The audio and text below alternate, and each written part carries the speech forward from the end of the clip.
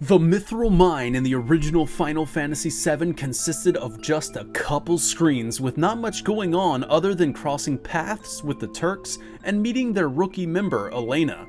But in this video, I'm going to detail how I think Remake has already made the Mythril Mine a much more significant point of interest.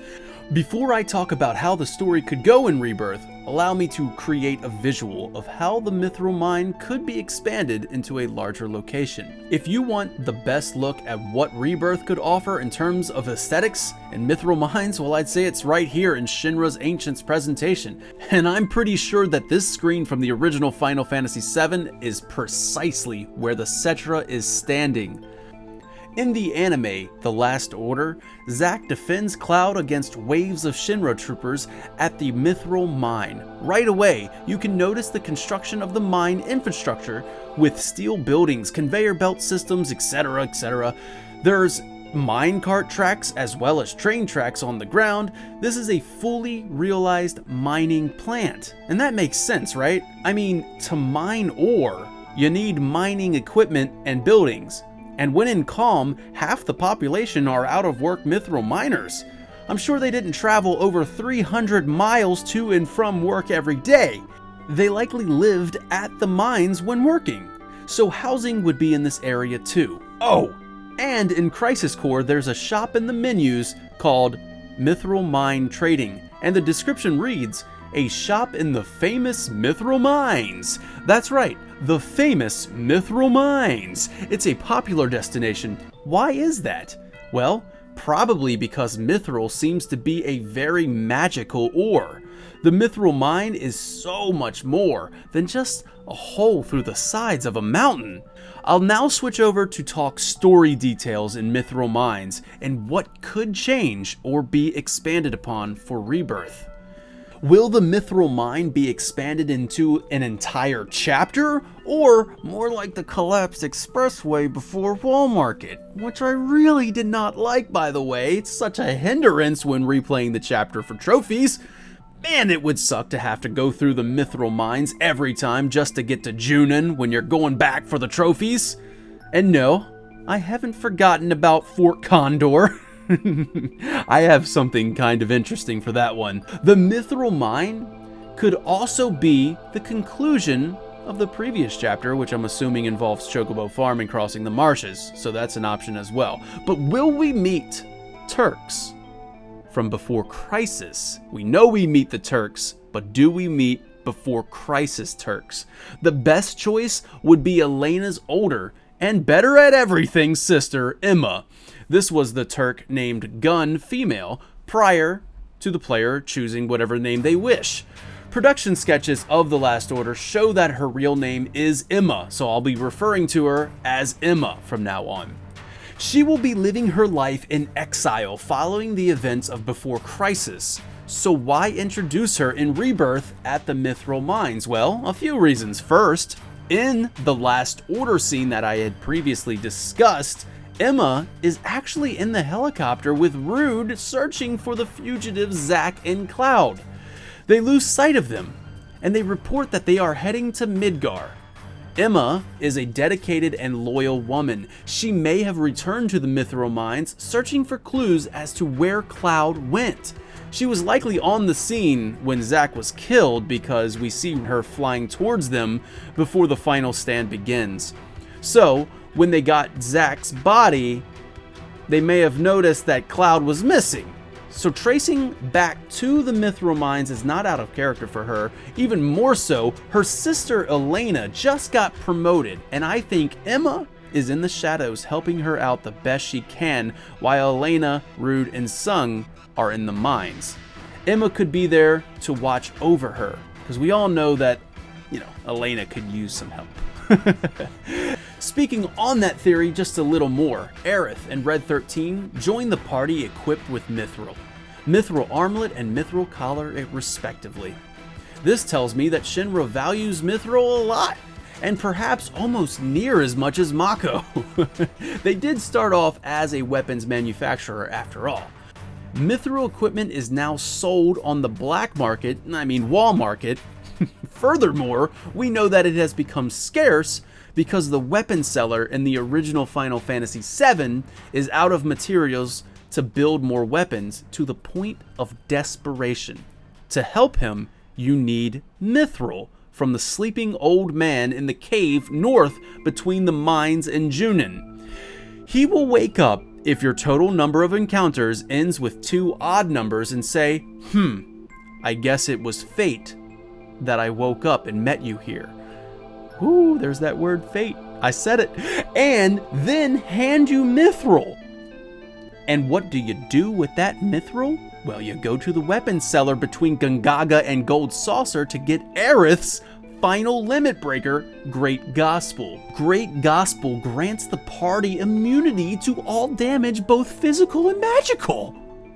This is a pretty darn important artifact, I'd say. Even if the weapon seller had no idea how to read it and learn the ability, they obviously understood its significance and locked it in a wall safe. The weapon seller seems to be quite the collector or historian of Cetran things. He also had the keystone that unlocks the gate to the Temple of the Ancients. He believes it to be stuff of legend though, but that's actually an interesting thing for him to say. He owned it and begrudgingly had to sell it because the man who wanted it had a "it would not be wise not to sell it to him" kind of vibe. That man, of course, was Dio, who took it back to the Gold Saucer. But he's looking for Mythril to make more weapons and trades the Great Gospel, which is another artifact of the Ancients. And he even says, now that you mention it, I have heard of something called Ultimate Destruction Magic that was supposed to be somewhere hidden in the Temple of Ancients. This man obviously knows his history. Ultimate Destruction Magic is another name for the black materia meteor. So either he was playing dumb about not believing in the Ancients, or maybe he inherited this stuff from his father or someone close to him. But okay. Back to the Mythril Mines. So my conclusion is that the Mythril is tied closely to magic and even the Cetra. The Cetra commune with the planet. I'd say a place that is flowing with the live stream would be a pretty spiritual place for them, literally. The music that plays in the original is Searching for the Man in Black. I'd love to hear a different rendition of this track, or maybe even a whole new track for the Mythril Mines that resonates with an area about mining. So like, rhythmic metal clanks and clacks, maybe even some deep choir chants.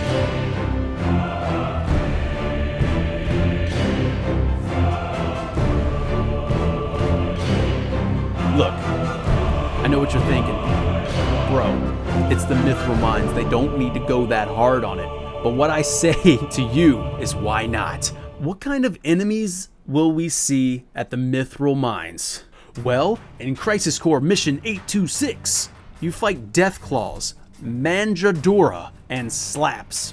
In the original, the party encounters Arc Dragons, Castanets, Crawlers, and Magdog. It's important to point out that you can steal from the Mad Dog a weapon for Tifa called the Grand Glove, and learn the Flamethrower enemy skill from an Arc Dragon. And I strongly feel that the Arc Dragon will be a mini boss fight in Rebirth. In Final Fantasy Record Keeper, the Arc Dragon served as a boss fight in the Of Shinra and Legends event. And the Arc Dragon was also the second to the final boss of the Squaresoft fighting game Urgai's God Bless the Ring, featuring Final Fantasy VII characters. Let's go back to the aesthetics of the Mythril Mines. Well, in Crisis Core, there are several missions that take place in unspecified caves, and they all look similar because of PSP's limited capabilities combined with some very simplistic area design, so it's difficult to tell which are taking place within the Mythril Mines except for a single mission, 826, that specifically calls the area by name. It looks different, with narrow paths that bridge gaps of dizzying depths. Now, when Crisis Core Reunion launches next month, we will have a much better look at the mines with updated graphics, and yes, I probably should have waited to make this video until next month. But I'll reiterate from my Chocobo farm video that Sector 8 looks much different when comparing Remake to Crisis Core, so we can assume that these other locations will not mirror that which we see in Rebirth. And let's hope not. The map design of Crisis Core is lackluster by modern standards. There's little that I actually know about geology, so I took more time than I should have reading websites and watching YouTube videos on the formation of ore. That's how committed I am to this. I came across the hydrothermal process, which fits nicely with my theory that Mythril is a lifestream infused ore. Hydrothermal mineral deposits are accumulations of valuable minerals which formed from hot water circulating in Earth's crust through fractures. They eventually create metallic-rich fluids concentrated in a selected volume of rock, which becomes supersaturated and then precipitate ore minerals. Have we ever considered the lifestream to be pretty warm, especially since it runs deep in the planet? Or it could simply just get mixed in with the hot waters. But either way, I think these caves used to have flowing rivers of lifestream running through them as seen in that Ancient's presentation. This acted sort of as a hydrothermal process, created lifestream infused ore known as Mythril. This also explains its magical properties, as all Mythril equipment provides the greatest magic attack power and defense, as well as the reprieve ability. With all of this said, and if I may add, and I may because it's my video, in The Lord of the Rings, in which the word Mythril originated... No, it would be Mythril. ...is a combination of two Sindarin words, grey and glitter. Gandalf explains, "Its beauty was like to that of common silver, but the beauty of Mythril did not tarnish or grow dim." With the power of the PS5, it could very well end up as one of the most stunning locations in the game. Also, a location I would like to spend more time in, with the addition of side quests or hunts. Perhaps it could be to clear out the monsters in the area so the Mythril miners in Qhimm can get back to work. It would be cool to explore deeper in the caves, and enemies get progressively more difficult the further you go down. I didn't expect this video to be that long for the Mythril mines, but here we are. I hope you enjoyed. Take care now. Bye bye then.